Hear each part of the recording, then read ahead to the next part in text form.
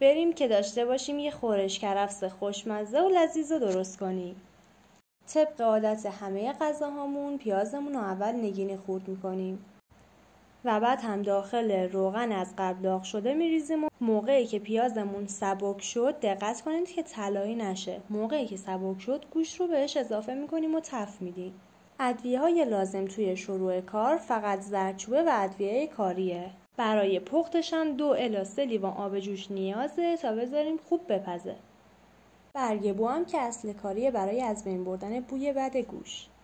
ساقه های کرفسمون رو به همین ترتیب خورد میکنیم. اونو داخل روغن تف میدیم تا رنگش از رنگ خامی در بیاد.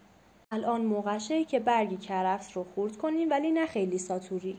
برگ های خورد شده‌مون هم تف میدیم.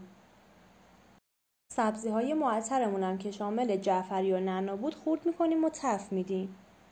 مرحله بعد از پخت گوشت اینه که کرفس و سبزی ها رو اضافه کنیم و آب مجدد بریزیم به همراه لیمو ترش برای خوش‌طعم شدنش. در آخر هم از ادویه نمک و فلفل میمونه که دلخواه اضافه کنید. به به، اینم از نتیجه کار. امیدوارم شما هم دوست داشته باشین و نظراتتون رو برای ما کامنت کنید. منتظر پیشنهادات، نظرات قشنگتون هستم. به امید دیدار.